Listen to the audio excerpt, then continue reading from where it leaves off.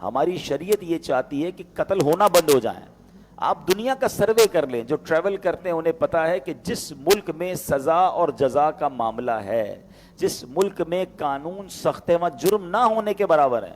ہم اپنے وطن میں دیکھ لیں کتنے لوگ قتل ہو رہے ہوتے ہیں, اور جن ملکوں میں پھانسی پہ سر عام چڑھایا جاتا ہے, سر قلم کیے جاتے ہیں, آپ دیکھیں وہاں کتنے قتل ہوتے ہیں. کیوں نہیں ہوتے؟ کیونکہ جب آپ سزا کا نظام سخت کر دیں, آپ میں سے جو لوگ بیرون ملک جاتے ہیں, کہیں نہ جائیں 1.5-2 گھنٹے کی فلائٹ کے بعد ہم عرب امارات پہنچ جاتے ہیں. وہاں کوئی سگنل توڑتا ہوا نظر آتا ہے آپ کو؟ وہاں کوئی روڈ پہ کچرا پھینکتا ہوا نظر آتا ہے؟ 2 گھنٹے کی فلائٹ ہے, لیکن سارا معاملہ ہی بدل جاتا ہے. وہی لوگ جو یہاں قانون توڑ رہے ہوتے ہیں وہاں سب سیدھے ہو جاتے ہیں. کیا وجہ ہے؟ وہاں جا کر ہمارے اندر کوئی سافٹ ویئر اپڈیٹ نہیں ہو جاتا, ہم کوئی بہت مہذب لوگ نہیں بن جاتے. ہوتا یہ ہے کہ وہاں جانے کے بعد آپ کو پتا ہے کہ آپ نے اگر کوئی بھی قانون توڑا تو اس کی سزا ہے, اس کا جرمانہ ہے, اس کے جناب آپ کو بھگتنا پڑے گا اس کی سزا کو. تو لوگ سیدھے ہو جاتے ہیں. تو یاد رکھیے کہ جس ملک میں قانون سخت ہوگا وہاں جرم کم ہوں گے, اور شریعت نے اپنی سزاؤں کو جو رکھا ہے اس کی وجہ یہی ہے کہ لوگ کبھی سوچے بھی نہ اس بارے میں کہ یار میں اگر کسی کو اللہ نہ کرے مار دوں گا تو پھر شریعت کا حکم یہ ہوگا کہ مجھے بھی لٹکا دیا جائے گا. تو یہ بات سمجھنی ہے کہ شریعت کے احکام ہم سب کی, یعنی پورے معاشرے سے جرائم کو ختم کرنے کے لیے ہوتے ہیں. اس کو سختی سے تعبیر کر کے اس کو معاذ اللہ لوگ ظلم کہتے ہیں. یہ ظلم کہیں گے تو قرآن کے حکم کے اوپر آپ بات کر رہے ہیں نا. اب آگے چلیں. یاد رکھیں کہ قصاص میں لوگوں کی حیات ہے. یاد رکھیے گا, جس قوم میں ظالم کی پردہ پوشی اور حمایت کی جائے وہ تباہ و برباد ہو جاتی ہے. جہاں ظالم اور مجرم کو سزا دی جائے جرائم خود بخود کم ہو جاتے ہیں. ایک محلے سے لے کر عالمی سطح تک مجرموں کا یہی فلسفہ رہا ہے. آپ غور کریں تو معلوم ہو جائے گا کہ جن ممالک میں جرائم پر سخت سزائیں نافذ ہیں وہاں کے جرائم کی تعداد, اور جہاں مجرموں کو سزائیں نہیں دی جاتی وہاں جرائم کی تعداد میں کتنا فرق ہے. یہی بات میں نے ابھی کہی. نمبر 2, آیت میں جو یہ فرمایا گیا کہ جس کے لیے اس کے بھائی کی طرف سے کچھ معافی دے دی جائے, اس کا معنی یہ ہے کہ جس قاتل کو مقتول کے اولیاء معاف کر دیں, مقتول کے جو گھر والے ہیں وہ معاف کر دیں, تو جیسے مال کے بدلے معاف کرنے کا کہیں تو یہاں قاتل اور اولیاء مقتول دونوں کو اچھا طریقہ اختیار کرنے کا فرمایا گیا کہ مقتول کے گھر والے فرمایا کہ اچھے انداز سے مطالبہ کریں, شدت و سختی نہ کریں, اور قاتل سے فرمایا کہ وہ خون بہا کی ادائیگی میں اچھا طریقہ استعمال کرے. یعنی شریعت نے دونوں معاملات بتا دیے کہ یا تو بندے کے بندہ قصاص کے طور پہ اس کو قتل کیا جائے گا, سزا دی جائے گی, یا پھر اگر وہ مال کے ذریعے خون بہا دینے کے لیے تیار ہیں تو اس کو بھی اختیار کیا جا سکتا ہے. اب یہاں میرے پیارے اسلام بھائی ایک شرعی مسئلہ بھی سمجھیے گا. قتل حالانکہ بہت بڑا گناہ ہے. روایتوں میں آتا ہے کسی ایک بندے کو قتل کرنے میں زمین و آسمان والے سارے شامل ہو جائیں, اگر ناحق قتل کرنے میں شامل ہو جائیں تو سب کو عذاب دیا جائے گا. اتنا بڑا گناہ ہے. آج کل تو انسانی جان کی ویلیو نہیں ہے. موبائل چھیننے آتے بندے کو مار دیتے ہیں, 200-500 روپے کے لیے بندے کو مار دیتے ہیں. ان کو سمجھ نہیں آ رہی کہ وہ کتنا بڑا گناہ کر رہے ہیں, یہ اللہ کو کس قدر سخت ناپسند ہے. لیکن اس کے باوجود ایک بات یاد رکھیے کہ کتنا بھی بڑا کوئی کبیرہ گناہ کرے وہ کافر نہیں ہو جاتا, کیونکہ ایک ایسا فرقہ بھی ہے خارجیوں کے مذہب کی اس میں تردید ہے کہ وہ کہتے ہیں جب بندے سے کبیرہ گناہ ہو جاتا ہے تو اس کا ایمان بھی چلا جاتا ہے. تو ہماری شریعت میں یقیناً قتل بہت بڑا گناہ ہے, مگر اس سے انسان ایمان.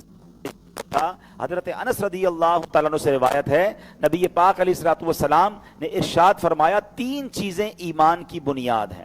نمبر 1, جو لا الہ الا اللہ کہے اس سے زبان روکنا, لہذا نہ تو محض گناہ کی وجہ سے اسے کافر کہو اور نہ محض کسی عمل کی وجہ سے اسے اسلام سے خارج جانو. اگر لا الہ الا اللہ وہ کہہ رہا ہے, کلمہ پڑھ رہا ہے, تو سبحان اللہ وہ ایمان کی پہلی بنیاد. نمبر 2, جہاد جاری ہے.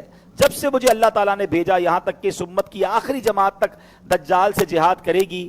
جہاد کو ظالم کا ظلم اور منصف کا انصاف باطل نہیں کر سکتا.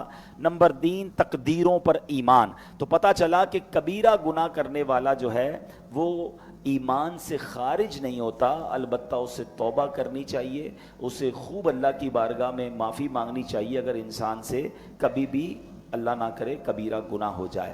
اچھا، اب ہم نے یہ بات تو ہم نے کر لی کہ یہ ہمارے معاشرے کے لیے کس قدر ضروری ہے۔ اسلام کے احکام ظلم پر مبنی نہیں ہیں، جو اسلامی احکام میں سزائیں ہیں اگر یہ نافذ کر دی جائیں، آپ دیکھیں اس معاشرے سے جرم کا خاتمہ ہو جائے گا۔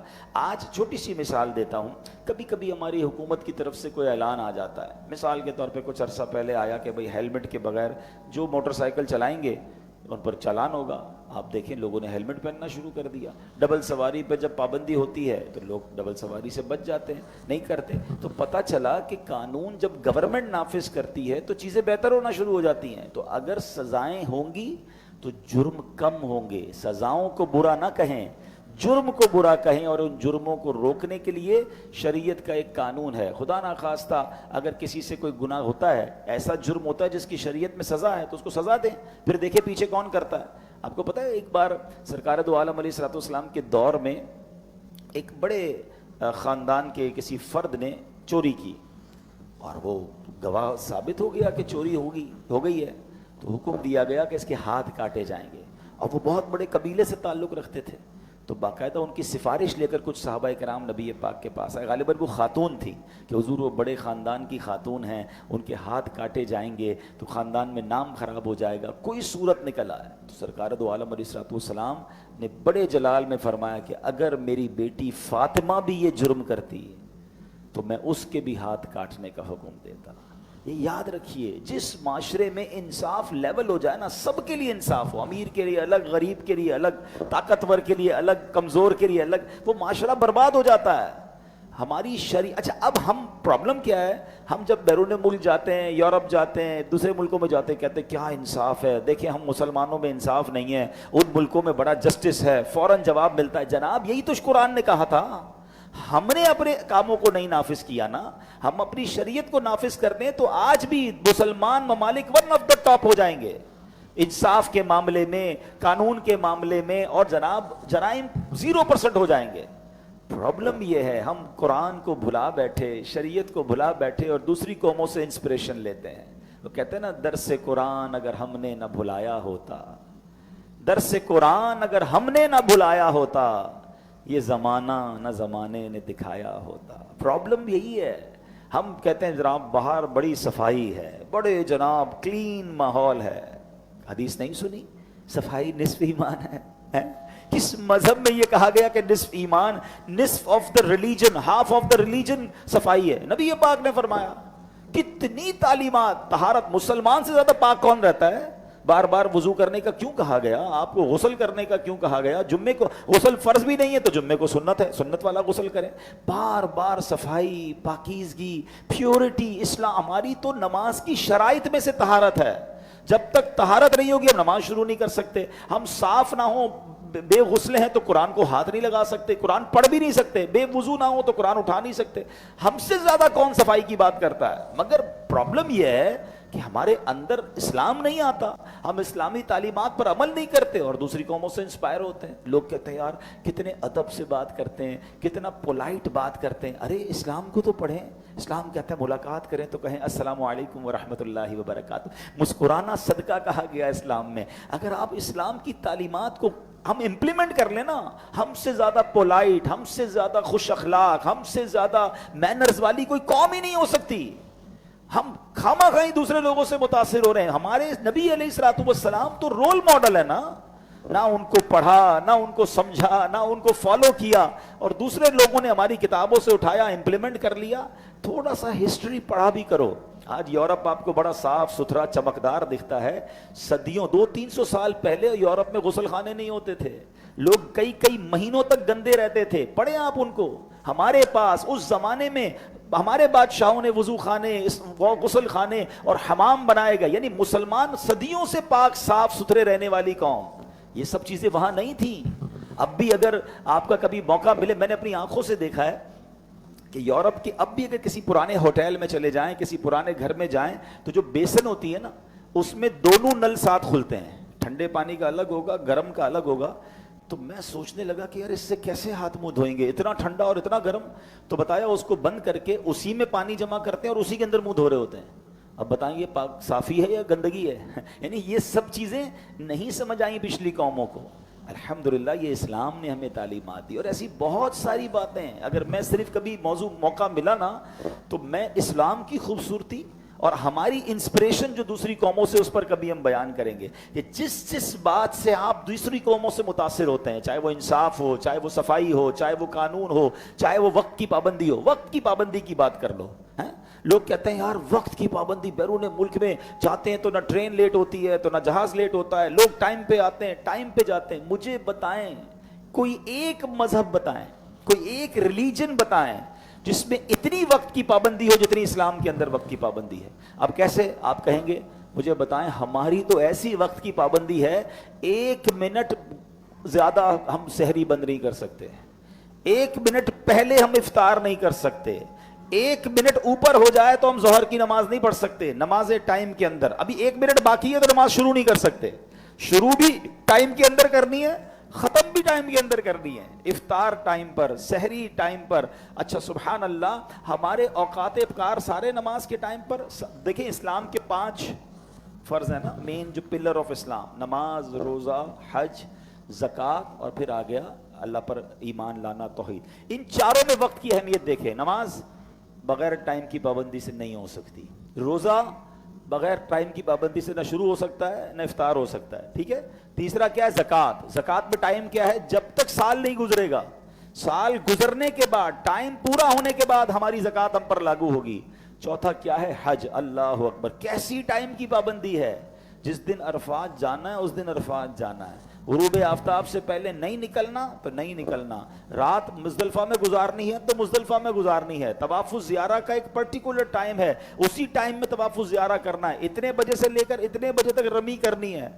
پوری دنیا کے مسلمانوں کو نماز اور فرائض کے اندر ٹائم کا پابند بنایا جا رہا ہے, سکھایا جا رہا ہے, صفیں درست کر کے ڈسپلن سکھایا جا رہا ہے. اس سے زیادہ کس مذہب میں ہے؟ لیکن پرابلم یہ ہے کہ ہم پریکٹیکل مسلمان نہیں بنتے. اول تو ان عبادتوں کو نہیں کرتے. اچھا عبادت کرتے بھی ہیں تو عبادت سے سیکھتے نہیں ہیں. نماز ٹائم پہ پڑھتے ہیں, باقی سارے کام ٹائم پہ نہیں کرتے. تو قصور کس کا ہوا؟ ہم کیوں انسپائر ہو رہے ہیں کسی اور سے؟ ہم کیوں متاثر ہوتے ہیں؟ واللہ جیسا میرا اور آپ کا مذہب ہے, ہم سبحان اللہ اتنے خوش قسمت ہیں کہ اللہ نے ایسا مبارک دین دیا ہے کہ اگر اس پر عمل کرنے والے بن جائیں تو آج بھی دنیا کی بہترین قوم یہ مسلمان بنیں گے. آج بھی بہترین معاشرہ مسلمانوں کا معاشرہ ہوگا اگر ہم قرآن پڑھیں, اگر ہم حدیث پڑھیں اور امپلیمنٹ کرنے جائیں. اب جب ایسی باتیں ہم کرتے ہیں نا تو کچھ لوگ یہ کہتے ہیں یار میرے اکیلے کے کرنے سے کیا ہوگا, سارا ہی معاشرہ بگڑا ہوا ہے. کسی کو کہیں بھائی جھوٹ نہ بولیں, اچھا بھائی ٹھیک ہے میں سچ کہہ لوں گا, کیا باقی سارے تو جھوٹ بول رہے ہیں. کسی کو کہیں بھائی دھوکہ نہ دیا کرو مارکیٹ میں, ملاوٹ نہ کرو, بےایمانی نہ کرو, تو کہتے ہیں ساری مارکیٹ کرتی ہے, میرے اکیلے کرنے سے کیا ہوگا. دیکھیں ایک بات یاد رکھیں, قبر میں اکیلے جانا ہے یا سب نے ساتھ جانا ہے؟ جواب دینا, اکیلے جانا ہے. اکیلے ہی نبی پاک سے ملنا ہے نا قبر میں. دیدار تو میں نے اکیلے نے کرنا ہے نا. میں یہ تو جواب دے سکوں گا کہ حضور میں اپنے حصے کا چراغ جلا کے آیا, میں اپنے حصے کا کام, میں نے جھوٹ نہیں بولا, میں نے دھوکہ نہیں دیا, میں نے مسلمانوں کو تکلیف, اپنا کام تو کریں. ہم کہیں سارے غلط. اور ہمیشہ یاد رکھیں ایک ایک کر کے ہی معاشرہ ٹھیک ہوتا ہے. یہ چراغ جلیں گے تو روشنی ہوگی. ہم سب اپنے حصے کا چراغ جلائیں, ہم سب اپنے حصے کا کام شروع کریں نا. جو شریعت کے احکام مجھے پتہ چلتے جائیں میں اپنی ذات پر نافذ کرنے لگوں. آپ دیکھیں معاشرے میں فرق آنا شروع ہو جائے گا, اچھی چیزوں کی ریفلیکشن آتی ہے. ہم سب کے صحیح ہونے کا انتظار کر رہے ہوتے ہیں, ہم اپنے آپ کو ٹھیک کرنے کی بات نہیں کرتے. آج اس جمعے کے بیان میں ایک نیت کر کے جائیں کہ میں اپنے آپ کو ٹھیک, میں 6 فٹ 5 فٹ کے جسم پر اسلام نافذ نہیں کر سکا, پورے ملک میں اسلام نافذ کرنے چلا ہوں. پہلے اپنے اوپر تو نافذ کر لوں نا, میں تو اچھا انسان بنوں. تو ہمیشہ یاد رکھیں کہ ہمیں اکیلے ہی جواب دینا ہے, تو ہم اپنے معمولات کو درست کریں. انشاءاللہ اس کی آپ برکتیں دیکھیں گے اور آپ ٹھیک ہونا شروع ہو جائیں, آپ دیکھیں گے چیزیں بہتر ہونا شروع ہو جائیں گی. تو بہرحال آج ہم نے جو بات یہ آیت قرآن سنی ہے کہ جس میں ہمیں بتایا گیا کہ جو ایک قصاص کا قانون ہے یہ شریعت کا بڑا کمال کا قانون ہے, اور اس میں جب نافذ ہوتا ہے تو جرائم، قتل و غارت گری یہ سب ختم ہو جاتی ہے۔ ان لوگوں کو بھی جس کو کہتے ہیں نا سبق لینا چاہیے، جو آج تھوڑے پیسوں کے لیے معاذ اللہ مسلمان کو قتل کرتے ہیں یا مسلمان کا مال چھین لیتے ہیں، مسلمان کو تکلیف دیتے ہیں۔ پتہ نہیں قیامت کے دن یہ اللہ کو کیا جواب دیں گے، قبر کا عذاب وہ کیسے سہ سکیں گے۔ تو اپنی زندگی میں ہمیشہ کے لیے قانون بنا لیں۔ میرے پیارے اسلامی بھائیوں، ہم سب نے اس دنیا سے جانا ہے کہ میری ذات سے کسی کو تکلیف نہ پہنچے۔ ہاں دوستو، آپ نے سنا، دوستو اسلام میں کرائم کی، ظلم کی جو بھی سزائیں رکھے ہیں وہ انسانیت پر ظلم نہیں ہے، یاد رکھیے گا، بلکہ انسانیت کو زندہ رکھنے کے لیے ایک بہتر فرمولہ اسلام نے قانون کے روپ میں ہمیں عطا کیا۔ دوستو دیکھیے گا، جہاں جس دیش میں قانون زیادہ سخت ہوگا وہاں پر کرائم بھی نہ کے برابر ہوگا۔ اسی لیے دوستو شریعت کے احکام کو برا نہ کہے، بلکہ جو کرائم ہے، جو گناہ ہے، اسے برا کہے۔ اور دوستو شریعت کے احکام ہمارے لیے آنکھیں بند کر کے ماننے میں ہی ہمارے لیے بھلائی ہے، کیونکہ جس مالک، جس خالق، جس رب نے ہمیں بنایا، ہمیں پیدا کیا، وہ ہم سے بہتر جانتا ہے کیا صحیح ہے، کیا غلط ہے۔ تو دوستو اس ویڈیو کو زیادہ سے زیادہ شیئر کریں۔ ملتے ہیں کسی اور ویڈیو میں، تب تک اپنا خیال رکھیں۔ خدا حافظ۔ السلام علیکم ورحمۃ اللہ۔